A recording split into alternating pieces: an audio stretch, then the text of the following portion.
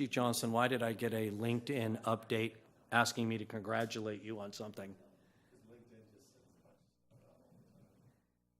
Okay. Well, I congratulated you. Excuse me, sir, are you now the new director? Well, that night, 27 years in. So Yeah, I saw you were the new director, and that caused quite a few phone calls. not what it said. It did say that. It did say that. It did. And then you looked a little closer, and it was director of something. But just first glance, I thought, well, good for him. He promoted himself. I didn't know that was an option. Yes, you got to read the whole. Yeah, you do. Which already, you know, is a flaw in the system that you expect them to actually read the entire thing. Okay, Madam Clerk, if you'll just let us be aware of when we should go live, we'll do that. If you want to go like this, then we'll know to go.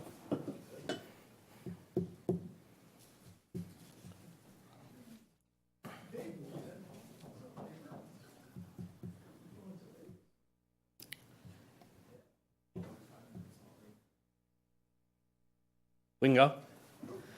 All right, ladies and gentlemen, good evening and welcome to the Policy Committee regularly scheduled meeting for Thursday, November 9th at 5:30. We're going to call this meeting to order, and first item on the agenda is a public opportunity to discuss matters of public interest within the committee scope, including items on and not on the agenda. Is there anyone in the audience that is just dying to speak to the Policy Committee?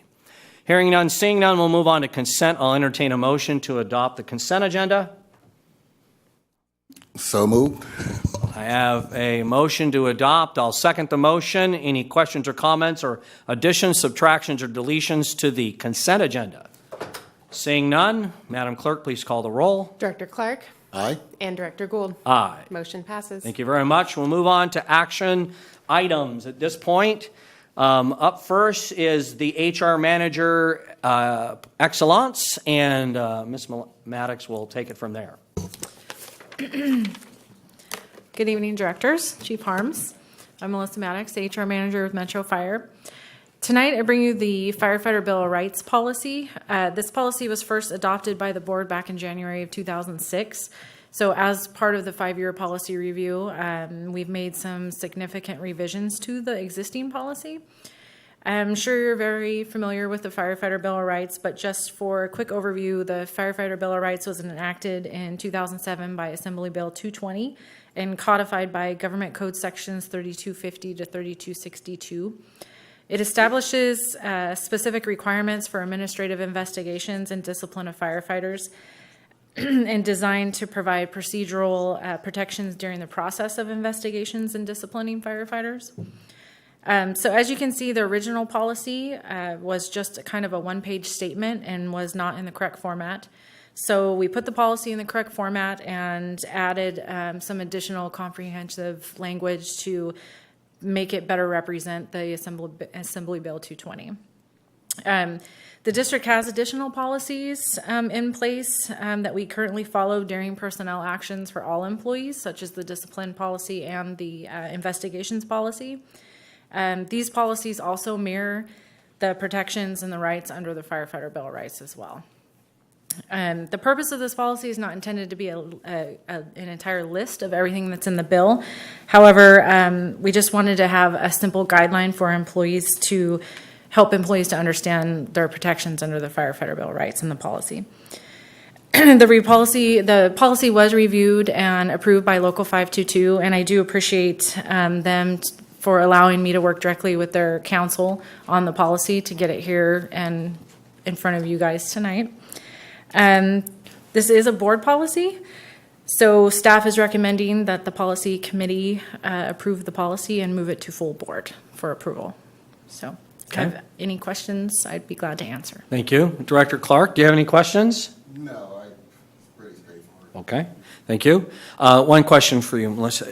Is it my understanding that the Firefighter Bill of Rights is the minimum threshold that we have to meet legislatively, and then the district has additional policies that are agreed upon that may articulate into more depth the minimums that are met and mandatory through that legislation. Would that be a fair summary of what this is actually doing? Yes, absolutely. This Okay. one is more reflecting what's actually in the bill and the rights, and Okay. then our other policies help guide us through the procedures of when we are conducting an investigation. Okay. For all employees, that way it's just fair and consistent, and we know we're covered by Sure. law also. And I think I heard you say that you have met with our local that this would apply to, with Yes. their staff, and you're all in agreement to move it to the policy committee for a decision. Yes, sir. Very good. All right, with that, I'll entertain a motion that we adopt the recommendation. Mr. Chairman, I move that we adopt staff's recommendation. Thank you, and I second on that the firefighter motion. policy. Mhm. I don't think we have any other questions. Any other comments, unless anything else you'd like to share? I see that our colleagues from Local 522 are here. We're in agreement. This moves forward. With that, let's go ahead and call the roll. Director Clark Aye. and Director Gould. Aye. Motion passes. Very good. Thank you very much. Thank you. Thank you. Okay, Ms. Thomas, you're up for the capital asset policy recommendation. Good evening, Directors, Chief Harms. Before the committee for consideration this evening is a capital asset policy which would update and replace 3 existing board policies. The recommended policy is intended to provide guidelines for the financial and physical control of district assets, as well as uniform procedures for district asset accounting, and is also intended to ensure compliance with the Code of Federal Regulations for grant-funded assets. In addition to general updates, substantive revisions to the existing policy include distinguishing between assets capitalized for accounting purposes and those not meeting capital asset thresholds but tracked purely for inventory purposes, adding language to ensure compliance with the Code of Federal Regulations for inventory and disposal of grant-funded assets, including adopting a biennial inventory schedule for all assets, and adding a requirement to tag all equipment with a unique control number for tracking purposes.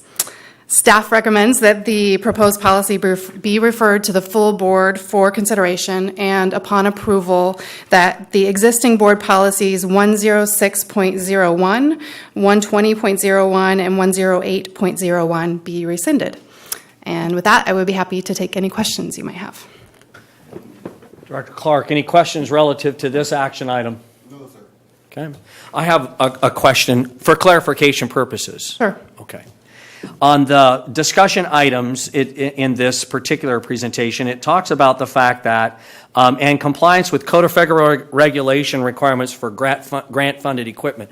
I get that piece of it. Is it standard that when we receive a grant from the state of California, that they mandate that we ensure capital asset tracking and those kinds of issues with compliance to the Code of Regulation federally, or do they have their own state regulations that you've got to comply with? I believe that typically there are some state reporting requirements, but generally that funding is derived from the federal government. So we're falling back on the federal Right. requirements. Yes. Would it be, since we're dealing with this policy tonight, would it be reasonable to add that language for those instances when we receive state-funded? Certainly, and perhaps maybe just to cover all the bases, we could insert compliance with Code of Federal Regulations or other State granting applicable, entity right. requirements. Does that make Something sense like to you? that. Because Yes. I'm thinking that this just basically says you track it according to the federal Code of Regulations, but if Right. that doesn't apply, then how does this policy apply? If for some reason we were to receive a grant that had different requirements, we could Correct. certainly add that in. I mean, does that make sense to you as we're dealing with public policy, that this one policy covers all of that by simply adding some language to that? Certainly, yeah, we Okay. can do that. Now, operationally, are you okay with that amendment, that she work on that language, and we approve this tonight to move to the full board with the understanding that when it comes to the full board, it will have that adjustment made? Yes, Because I think it's mostly just language. It doesn't necessarily change the overall intent of the policy. correct. Okay. So if you're okay with that? Yes, I am. Then why don't we have you make that motion with that adjustment? We'll move this on, and Ms. Thomas can stand I'll down. move that we approve staff's recommendation with the amended policy that, the amended piece that the chairman added, Recommended. or recommended, yes. Okay. Yes. Madam Clerk, does that work for you?